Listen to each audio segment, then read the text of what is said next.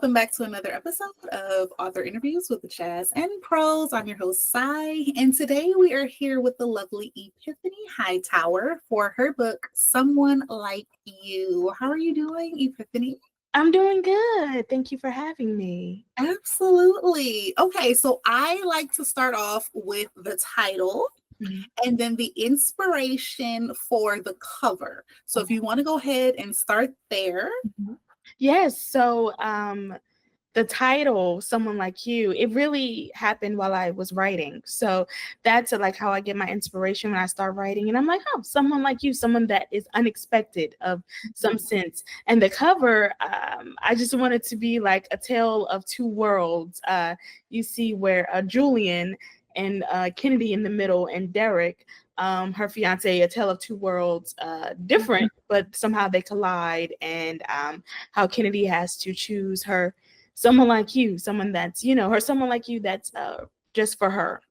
Yeah, and it's a struggle. I'll say, I know, Kennedy, it is a struggle. Yes. Because it's a lot. Okay, well, let's get into a little bit about yourself. So tell us a little bit about yourself, just your background as a writer.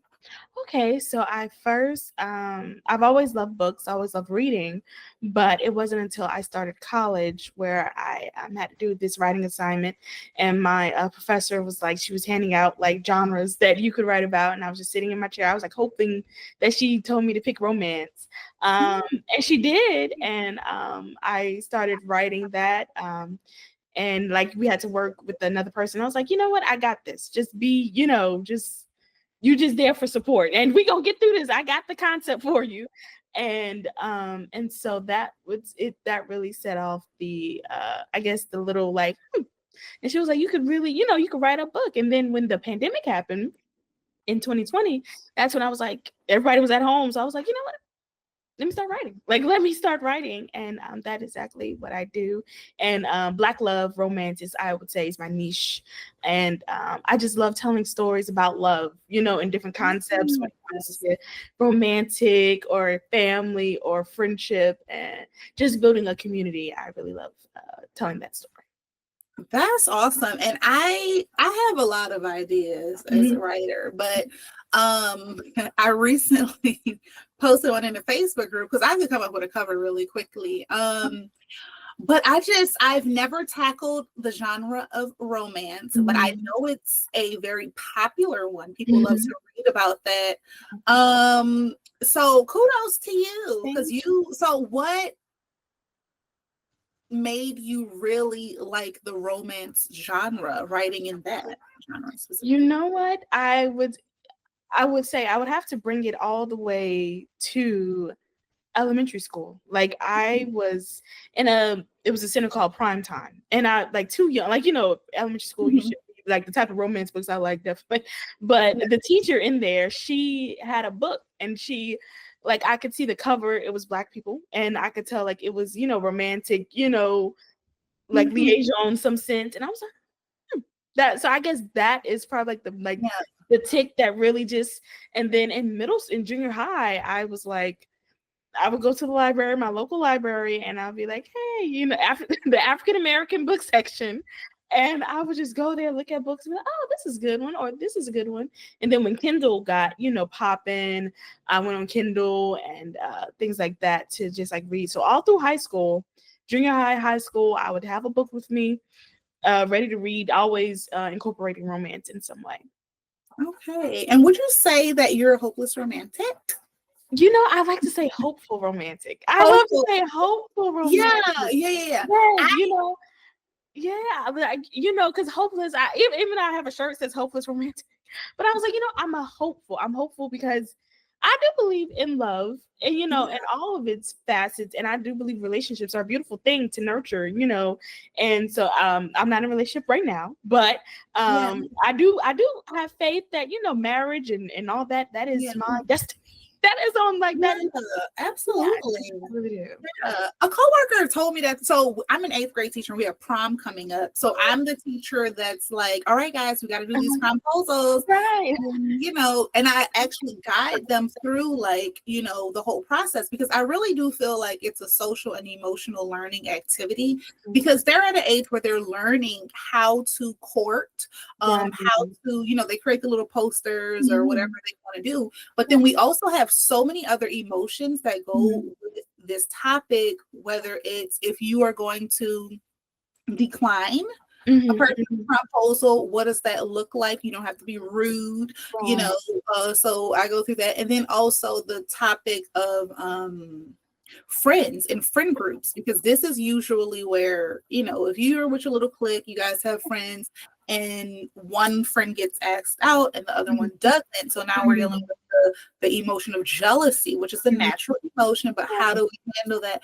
So I think it's always just fun. But I say all that to say, one of the coworkers, he was like, "Oh, so you're a hopeless romantic?" And when I said, I was like, "Yeah," but then when I thought, I was like, "Is that a good thing or a bad thing? Being a hopeless romantic?" So I like that you said a hopeful. So I'm going to correct him and be like, "Actually, I'm a hopeful." Right. Yes, exactly. That is so true. Yes. Yeah. But I think, okay, so because you write romance, right? Do you feel as though you have very high standards for your partner because you're creating this beautiful world? Like, do you feel like it? Yeah. You know what? I would be lying if I say it would be only my books contributing to that, standard. Okay. In, like you said, like elementary school, 5th grade, I was talking to my best friend at the time, and I was like, I was just picturing us. We would have our husbands, and they were, and we would be on a trip and things like that, and how I want the trip to look. And 5th grade now, 5th grade. Mind you. And so I think, that really like set the standard for romantic love and how I knew like healthy love, and I always, I knew what that looked like. I knew what that would feel like. I knew what that would, have me operating in a sense of, just the way I would operate in love, and I think that, and of course, and now writing, it definitely like you should feel all these things when you find your person. Yeah.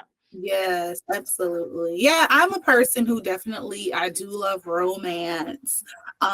So yeah, reading romance is always, it's a very popular genre, like a lot of, and I never really knew that so many people just love romance novels, but it's popular. I know reading, like you said in high school, I didn't know that. I was like, oh, it didn't click that. Oh yeah, somebody wrote this. Somebody, put that. Yeah.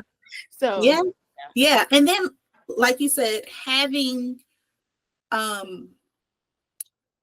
characters who people can relate to, brown characters in that, because they're, oh my God, the rhetoric and what's put out there with all of the things that comes to relationships within the African American community. Oh my God, the breath of fresh air. I mean, just seeing positive, what I'm saying, stories. So tell us specifically about Someone Like You. What is this book about? Okay, so it's about a woman, Kennedi, who is engaged to Derek. She's a lawyer. She's 30 years old. He's a lawyer as well. Derek is a lawyer. But for some reason, she's not feeling that this should be her husband. It's matching all on paper that, okay, we both have this career. We both, this career focused minded. I like him. He's a cool person. But I love him, but I love him like a wife should love her husband, essentially. So this faithful night, she has car trouble, and she meets Julian. He comes over to help her, and from that on, they met again, in another scene. And from that moment on, they just kept running into each other. And then he talks to her about like, this is how love should feel, takes her on a roller coaster ride of, this is how love should feel when you love somebody truly, and not just what it looks like on paper. Just opposing the view of like, oh yeah, this is perfect, like y'all look good together, and and buying those stereotype, like of like, oh okay, you should be with this person because of X, Y, and Z instead of truly love. So yeah, and I think it's such a timely topic, because I was just telling my coworker the other day, like, we live in a day and age now where women have more choices in our partners. Like back in the day, it was almost arranged marriages, basically. You get a suitor, and as long as he's a provider and stuff. But now, because I think women can provide for themselves and everything, it becomes so much more difficult to kind of say, well, this person has this, but that person has this, emotionally, spiritually, financially, just everything. So it is difficult. So this is a struggle that Kennedi's facing, that I think a lot of people have, not just women, but I think men too. They struggle with finding that specific person, like someone like you, exactly. And especially, like, I'm sorry, but like, especially in, like I said, the African American, sector of, women, like you said, women, we have choices now. We're getting, the most high, like, educated, group. And I think for women, we really have to find out, like, what really is your deal breaker, and sometimes I've learned this too, that sometimes what you might think is your, like, oh no, I'm not. It could be, and if it, like, you meet someone who may not, that has your deal breaker, but you kind of like, is it really like a deal breaker? Yeah.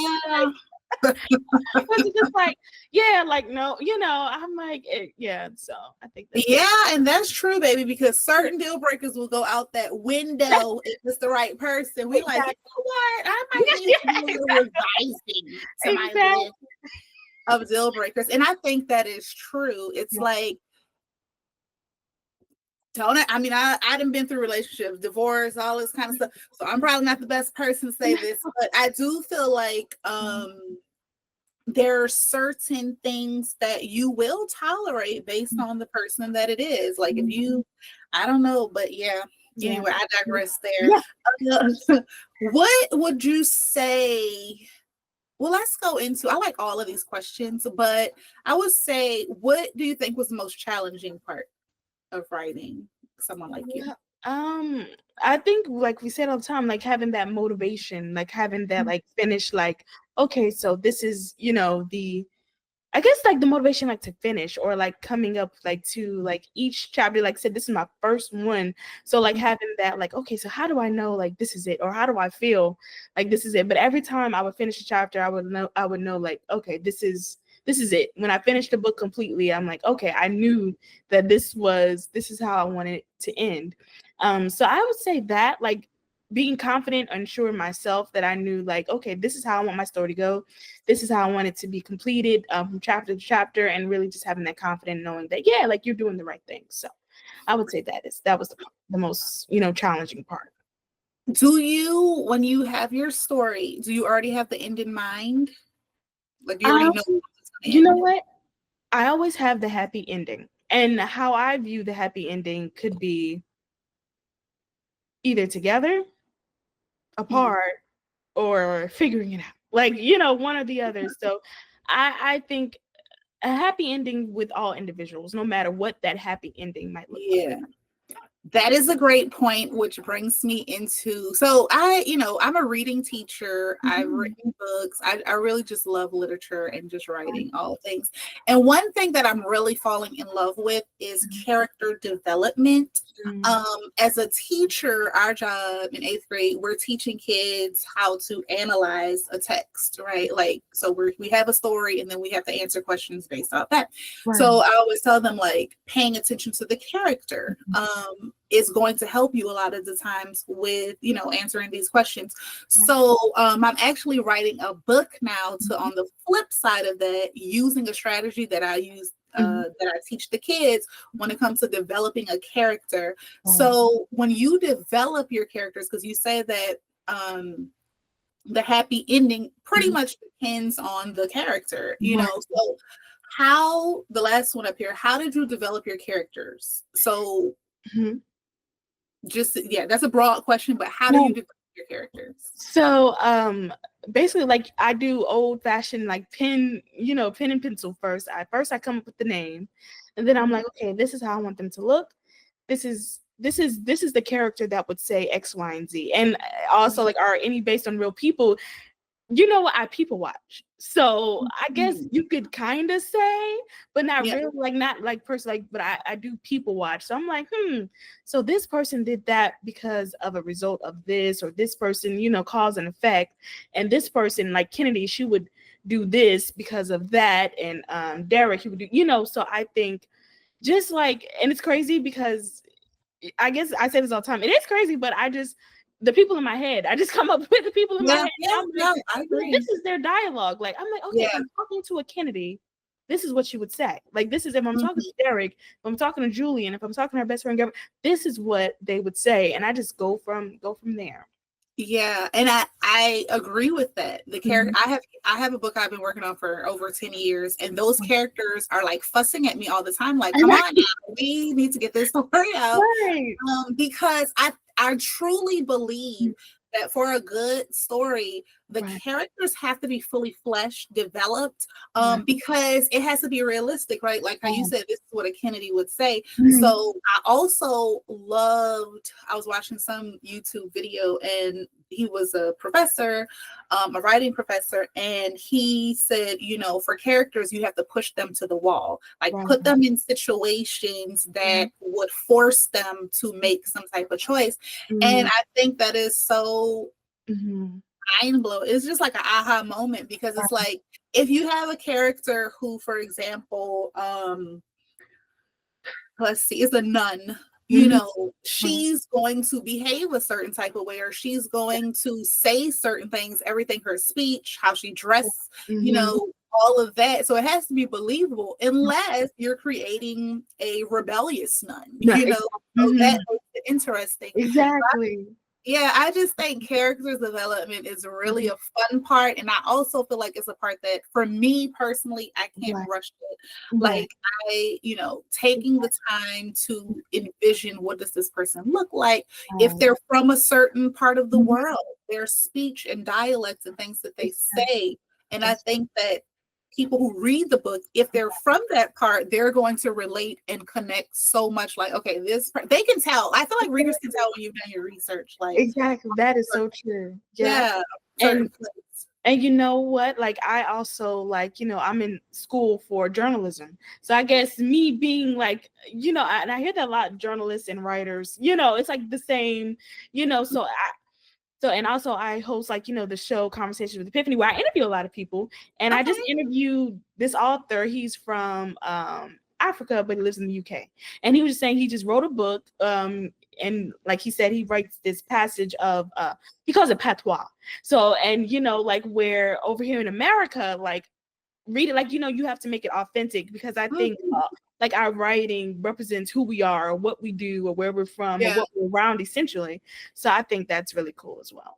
It is. And baby patois, my ex-husband was Jamaican, so my kids, we have 3 kids, they're half Jamaican, so I know that that language, oh my God, that, and I'm not going to go down this rabbit hole, but when I came into that family, it was so, like, eye-opening. Like, they use so much figurative language in patois, and I'm just like, I don't know if they're being serious, like literal or not.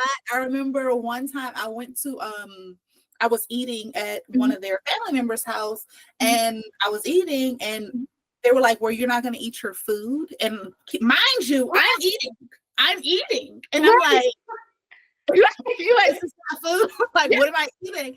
And they were like, no, they call, like, the yams and, like, the root vegetables food. So I was just like, oh my God, am I not supposed to be eating? So it's just so interesting. Right. When it comes to language, I also took a class in college we called it Hotel History and Theory of the English Language, where we got into, dialects, jargon, just everything. And I think that's just, I love when I'm watching a movie or reading a book where they really apply that to the characters. I Right. think that's just so. Yes. I could go on and on about characters. Right. Yes. I mean, yes. It's a real thing. It's an important thing. It is, but I think it really does bring to life a Right. story Yeah. when you have those characters really embodied Yeah. that. Because humans, like you say, people watch different, not even just language, but certain gestures or Right. just certain things that are culturally acceptable in one culture may not be in another culture. So I think, That's true. like they say, writing is easy for everyone except for writers. Right. Wow. That's good. Because because we know all these things. Exactly. So, but it all seeing it at the end is so beautiful. So yeah. Very rewarding. Yeah.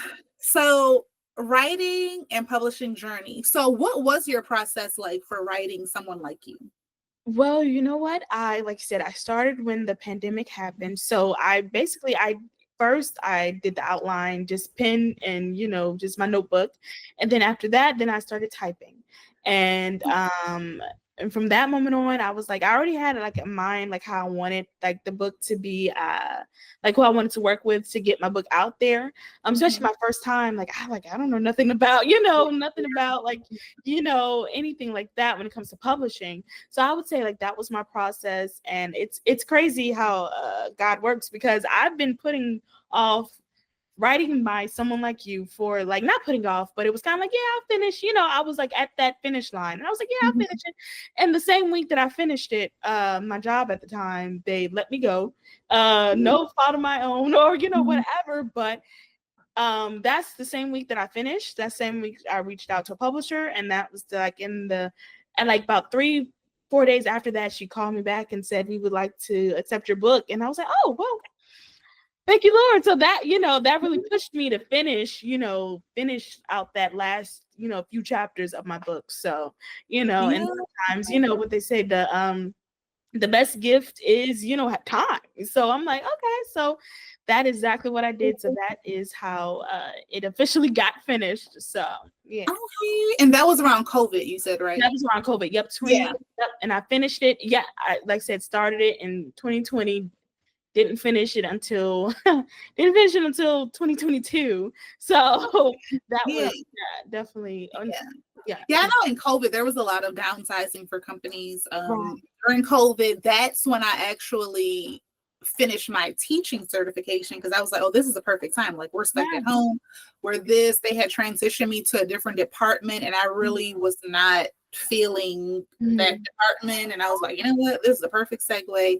And time that I just interviewed someone else, as Towns, and I was talking about advice for authors who they're struggling to find time to write, because that is, for me, I'm the type of writer, I have to literally be in the mindset. I understand when people say like, oh, it's a discipline, I'm gonna try that, but I feel like I have to be inspired and in that mode, especially I'm a mom, I'm a teacher, I'm doing all this stuff, but yeah, that can be a lot. Like you said, the gift of time is very much so a blessing. So, well, I would say, what's your biggest lesson? Do you feel like there was a lesson that you learned through the process of publishing the book? A lesson, you know what? I would say take everything with a grain of salt, pretty much, and especially when the book, because that was like my biggest fear. I'm like, oh, like having work out there and I guess that is what like can hinder a lot of people, having like, you have a talent, or you have work you want to put out, but just knowing like, oh my God, everybody's going to see it, everybody's going to have an opinion, on something. And so that was like the most scariest part for me. But once I shed that and let that go, I was like, okay, here's one book, here's another, I like, it's like what I read, this quote says, I create for me, and if you enjoy it, I create for me and for the people who love, like I said, romance, love stories, love Black love, just relationships. I create for those people. So, of course you're gonna have some people that like, oh yeah, I love it, and be like, oh no, it's not really my thing, and that's okay, because I like, we're all gonna find our audience. So So I think I agree. That's a good message right there, because I'm not everybody's cup of tea, baby. That's okay. But like you said, it's for you. You're writing for you. And then of course there's gonna be people who like what you've written, and you keep going. So I definitely agree with that. I think for me, because I just been through so much stuff, child, here go this book. Either y'all gonna agree or not, but I'm gonna keep writing. Okay. And I think, it's just so much. I love that we live in a day and age now where pretty much anybody can publish a book. And I think it's also very important to tell your story. I think I've probably said it in almost every interview that we have to tell our story, because like I said, there could be one historic event and different people will have experienced that event in different ways. So telling your story, it goes down in history. And if we, if people of different cultures, I'll say that, don't tell it from their perspective and their angle, then, that could be, people can miss out on that years in the future if they want to go back and research that time to see what that was like. That is so good. Yeah. So what advice do you have for aspiring authors? You know what? I would just find what you love to read. Because if you love to read it, then you're gonna enjoy writing it, because somebody's gonna know, like, if they're reading, be like, oh, I don't really like, this is not their niche. It's not really what they want to write about. So I would say whatever you enjoy reading about, I would start from there. If you were like, oh, dang, I really would love to I have this idea I would like to write about, like, I like this type of book, mystery, thriller, self-help, whatever may have you. I would say that, like, if you enjoy reading those books, I would, that would be my start. Because that was for me. I've always loved reading romance. Mystery wasn't always my go-to book. Thriller, self-help wasn't. I incorporate those every now and again, but romance is that's always going to be my thing to read. I would say whatever you enjoy reading, I would stick with that. Yeah, and I hear people say all the time, like, tips or advice for writers: read a lot in that genre, and then it'll just come kind of, you'll have some background knowledge. So I definitely agree with that as well. Well, I feel like we are at our trivia time. So, this is more so like, would you rather? Okay, so we are going to have you, Epiphany, choose a number from 1 to 4. Okay. I'm gonna do 3. Oh my God, I say this all the time. Literally, I'm going to go and play the lottery, because everybody 98% of the time people choose number 3. I'm gonna have to just start really, like, I'm like, oh my God. But it's a good question. So, would you rather only write at 3 a.m. or only write with a typewriter? Oh, you know what? Just because it's interesting, typewriter. Okay. I like something that's so new. Like, it'll probably make me feel like, oh, I'm back in whatever time period. Hold on now. Don't say the 1800s, because I had a typewriter as a child now. Hold on now. I was gonna say, hold on. What you gonna say? You know what's crazy? No, I really did have a typewriter as a child, and it was like a nostalgic kind of thing. But maybe last week I had an interview, and Miss Christina Zell pulled out a typewriter. Like, she had one on I was like, oh my God, because usually people choose 3 a.m. But she had, I was like, oh my God. And it wasn't like the old one back in the day. It was one, I think she said they developed it for kids in school who had some type of disability. But yeah, she had that one. So typewriter, you said you would choose that more so for the feeling of, feeling of it. Yeah, because I'm like 3 a.m. I'm like, you must sleep, child. You said you were in school. You were journey. Yeah, you need that sleep. Right. Oh Lord. I get it. Okay, so we're at our closing slide. So what do you have next in store, Epiphany? Yes, well, I just recently published a book this year, Perspective on Passion. You can find that on Amazon. Okay. It was me and two other writers focusing on love, lust, and limerence. And so that something I published this year. And also what's next for me, like I want to dig deep in like family history of writing. And so I said, like maybe like a fiction mixed with nonfiction story. I have the title, but probably coming when it comes to a young man who migrates from Barbados to America to New York in the Harlem Renaissance era, where he meets his wife and his journey from there. So yeah. Okay, and you said a family. So this is Yeah, based on your family it history. it is my great grandfather. He is from Barbados, and Okay. he migrated to New York. He was born in 1897, and so he migrated to New York as a young boy, and he met his wife, and just I was like, oh, well, that would be interesting. He was a black man, half Irish and half African, and Mhm. that combination, and so just being a black man building property. He built like 3 homes and Oh, owned a wow. boat and stuff like that as a black man during, that time. So Yeah. definitely want to Oh, that's dive so into. interesting. Okay, yeah, definitely. And that's a great way to honor Yeah. your ancestors, to Mhm. put that story out there. I love Yeah. that. Oh my God. Well, definitely you're welcome back when you're ready to put that book out so you can let us. Yeah. In the meantime, someone like you is out, guys. You said this is the 2-year anniversary. It is 2-year anniversary of me finished writing it completely. Yes. Yes, absolutely. So remind us where we can find the book. Okay, yes, you can find it on Amazon. You just type in my name and Someone Like You, Barnes and Nobles, anywhere that you like your books, that it will be sold. So, yep, you can check it out. Absolutely. And then if people want to get in touch with you, do you have like a social media page or anything? Yes, you can type in Epiphany Writes on Instagram and Facebook.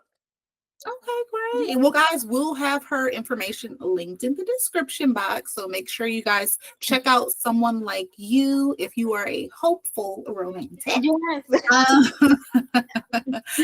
well, we definitely thank you, Epiphany, for stopping by Jazz and Prose. You're welcome back anytime. Yeah, so guys, thanks for tuning in to an episode of Author Interviews, and we'll see you in the next video. Bye. Okay.